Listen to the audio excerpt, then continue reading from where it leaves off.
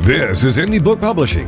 Indie Book Publishing is a show about new books and the authors who wrote them. It's an opportunity for prospective readers to hear directly from the writers, to hear what inspired them to write and publish, and to hear all the inside details about their books. And now, Indie Book Publishing with your host, Steve Jorgensen.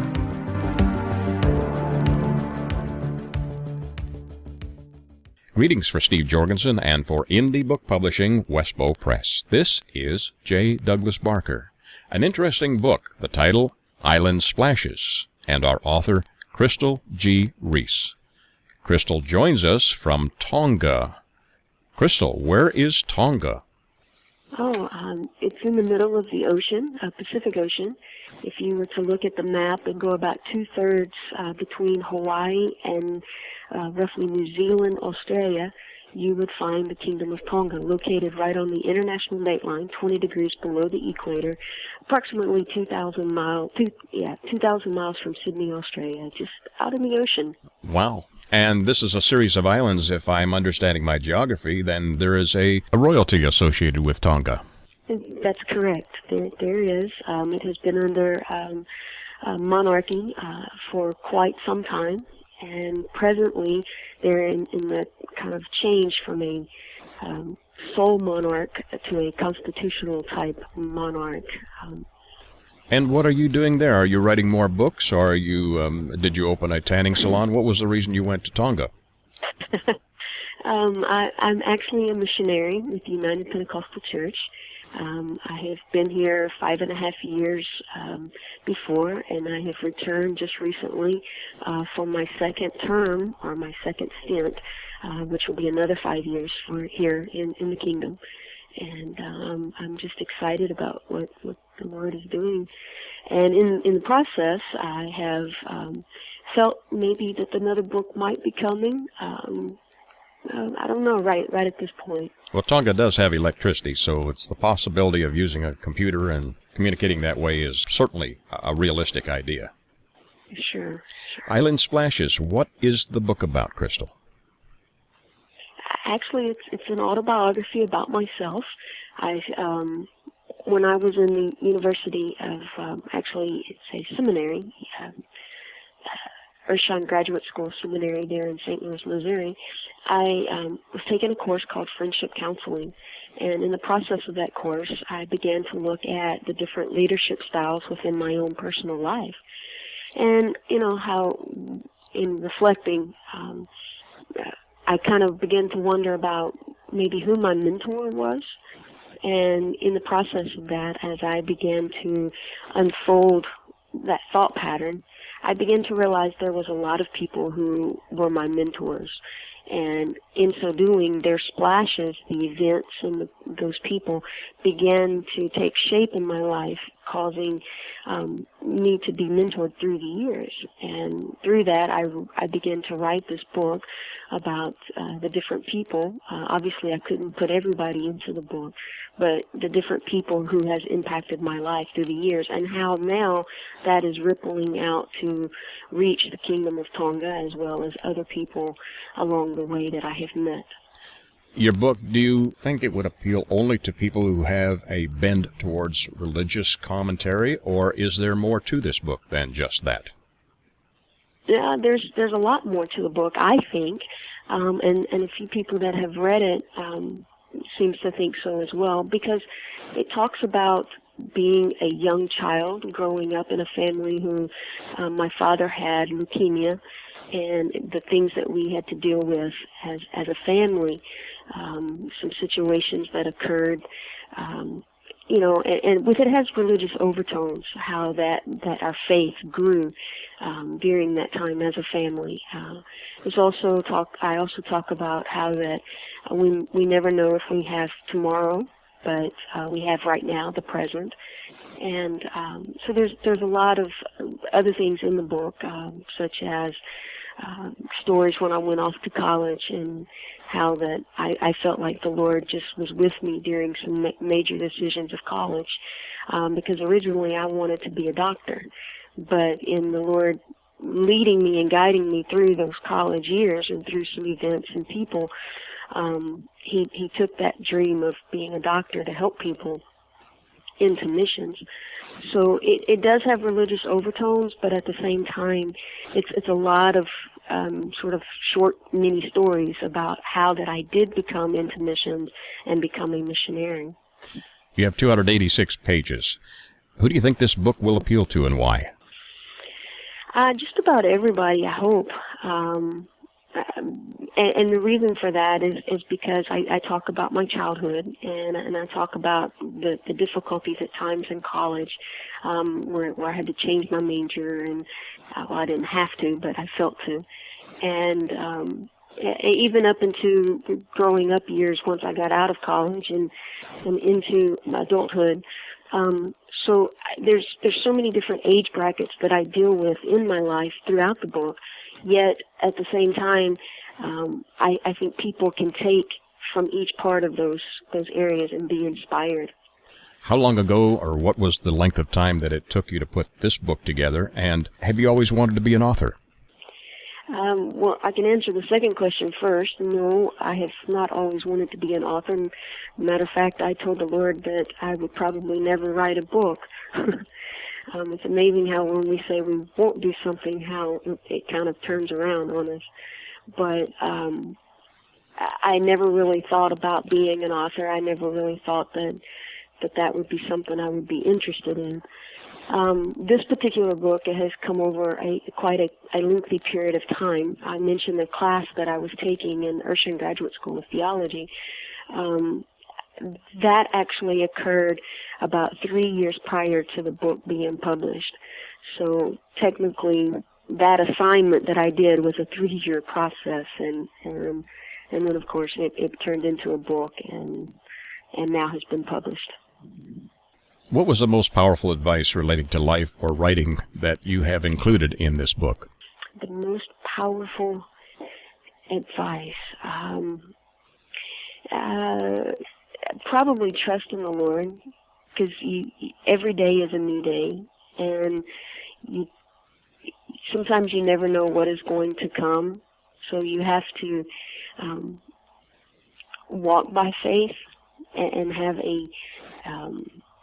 a strong understanding of the fact that this day, today, is all that I have, because tomorrow is going to be so different. And I would think that advice probably my father taught me as a young child through his sickness, that I have to give my best for today. And I think that is probably what has carried me through my life. Just to give my all for this day. How did Tonga show up on your radar screen as a place that you wanted to invest your life?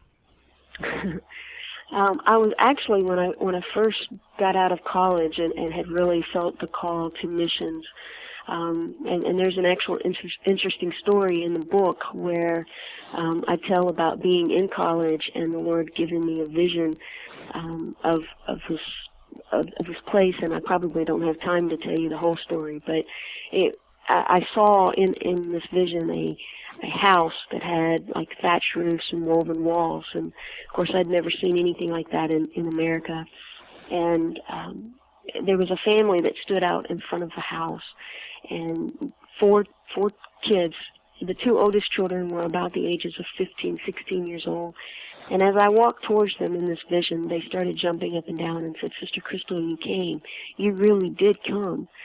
And that inspired me through my latter years of college. And when I got out, I began to wonder how I could fulfill that. And I began to look at where to go. Through our church organization, there was a program called Associates in Missions, which led me to a country just about 1,000 miles from here called Vanuatu. Most people know it as Survivor, Vanuatu.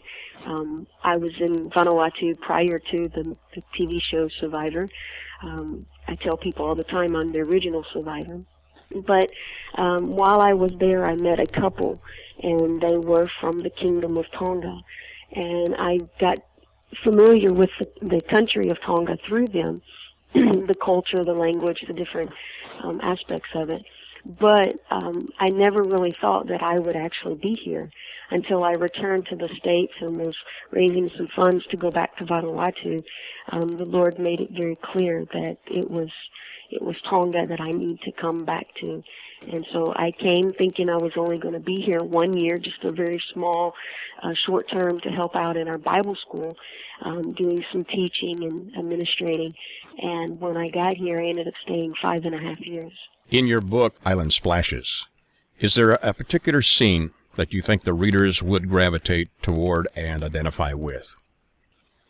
I think there's a couple of different scenes. The one that sticks out in my mind the most is I tell about when my father passed away, being a young adult in university, and how that he was my best friend.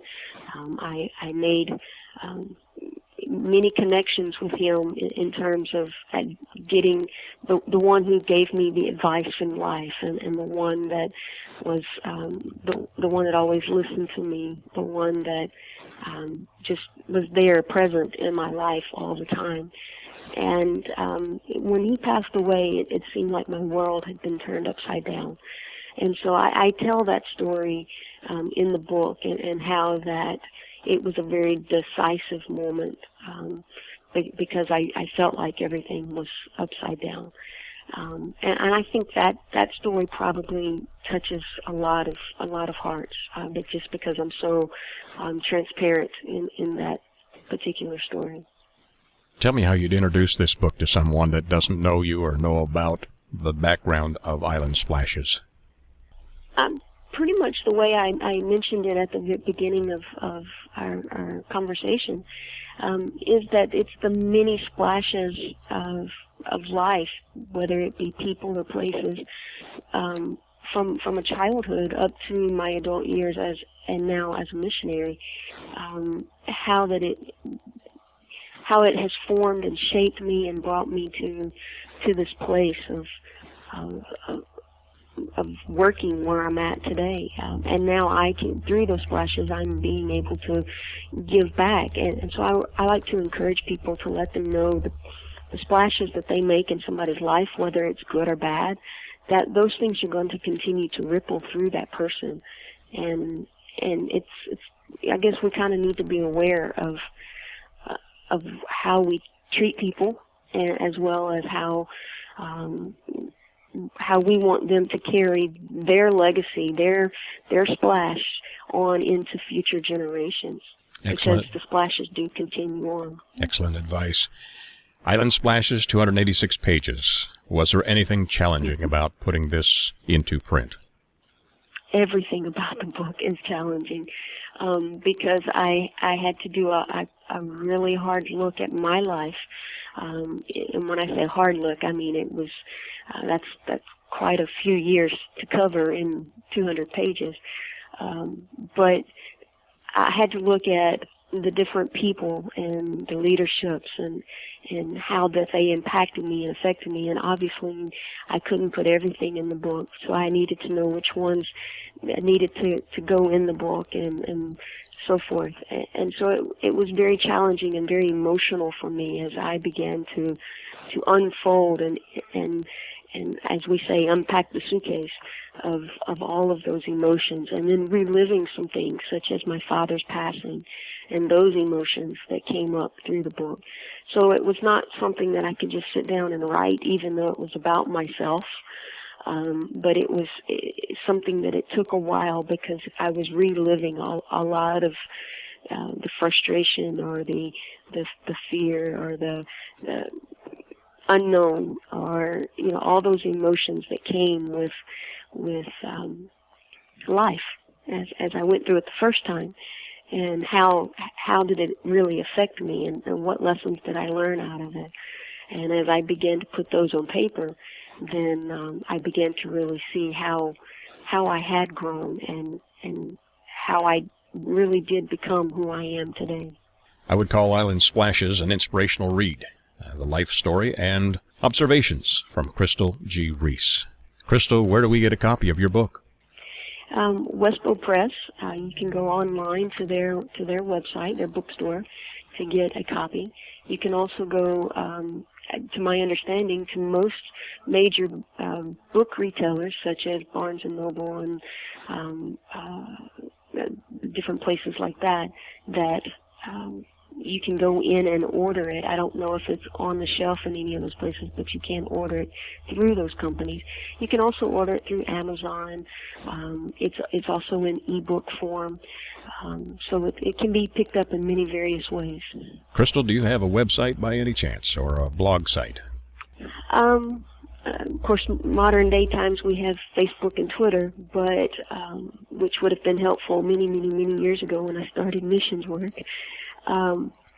But we do have, our church organization does have for each missionary a website through globalmissions.com, and you can search Missionary Crystal Reece, and when that pulls up, it has newsletters from the kingdom, pictures and different things, has a little biography about myself. Maybe someday I'll have my own blog spot from here in the here in the Kingdom of Tonga.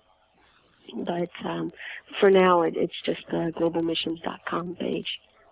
And the correct spelling of Crystal's name is Crystal, middle initial G, last name Reece, like Reese's peanut butter cups. Reece.